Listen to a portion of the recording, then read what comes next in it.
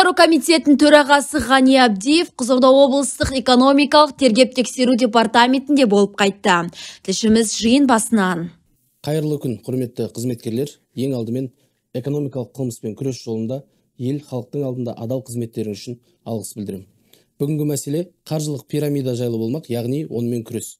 Менің ұсынысым қаржылық пирамидамен тек қана күресіп қана қоймай, халықтың сауаттылығын арттыру жолында жұмысты күшейтсек деймін. Көптеген азаматтар мен азаматшалар менің жалпақ тілде түсіндірмелерімді жақсы көреді. Сол себепті бір мысал болсын. Балаларға көп ұрсамыз. Мысалы, бала ойнап жүріп құласа, айттым әне, көзіңе қарап жүрмейсің ба? Қанша айтқанды тыңдамайсың, сауап болды деп ұрсып жатамыз. Ата-аналар үшін қатты таныс сөздер деп ойлаймын. Дәл осылай сіздерге ұрсатын адам болмай тұр, құрметті ата-аналар. Пирамидаға алданыстарды жатасыздар.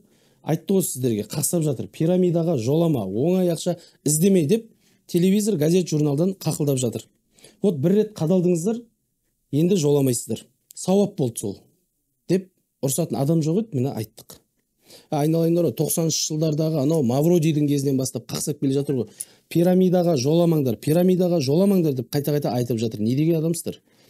Сосын мошенниктермен күреспейсіңдер деп біреуді кінәлайды. Күресіп жатырмыз, әңгімесі жоқ, күресіп жатырмыз, бірақ сіздер де өз тараптарыңыздан кішкене әрекет етсеңіздер. Мысалы, адамдар бәрі әдейілеп барып машинаның астына секіріп жатса, оның бәріне скорый қайдан тауып береміз.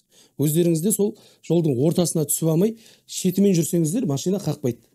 Сол сияқты өздеріңіз пирамиданы тауып алып қадала бермей, кішкене өздеріңізге қарасаңыздар дейміз. Жалпақ тілде айтқанда, мошенниктер ақылды емес. Сол пирамидаға алданып барып, мошенниктарға ақша салатын адамдар, от сіздер мәгәссіздер, ренжітеңіздерде айтайын. Бала шағаның аузынан жырып, кредит алып, еще туған туысты достарын сол пирамидаға қоса тығып, айдаладағы біреуге ақшаны мәгәстер ғана салады. Осы видеоны көре тұра пирамидаға қосылып тағы да қораға кіресіз бе, онда сауап болды сізге. Сауап. Өздеріңіз білесіздер, менің маңдайыма көк болып тігілген Айбек Мырза деген бар.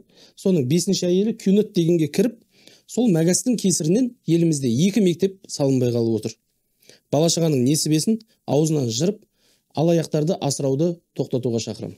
Рахмет. Анар Алаяқова, Надежда Пирамида, ПТК арнасы.